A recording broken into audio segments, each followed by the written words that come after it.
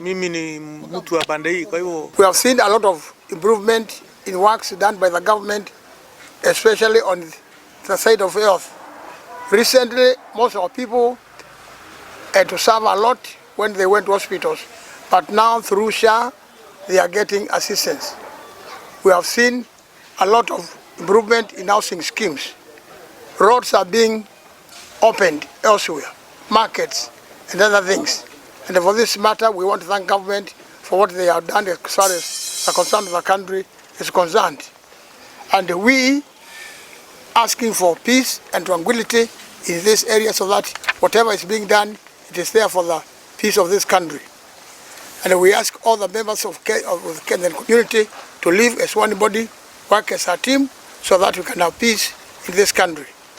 Also, we want to thank the government for plans they have for other areas, because we hear everywhere, every now and then, there are plans for the development of this country. And that's what the Kenyan people want.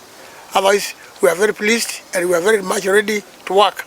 We, as the council, we work with the government of the day. And that's why in our constitution, we work with the government of the day, and that's why we support the government and the sitting government all the time.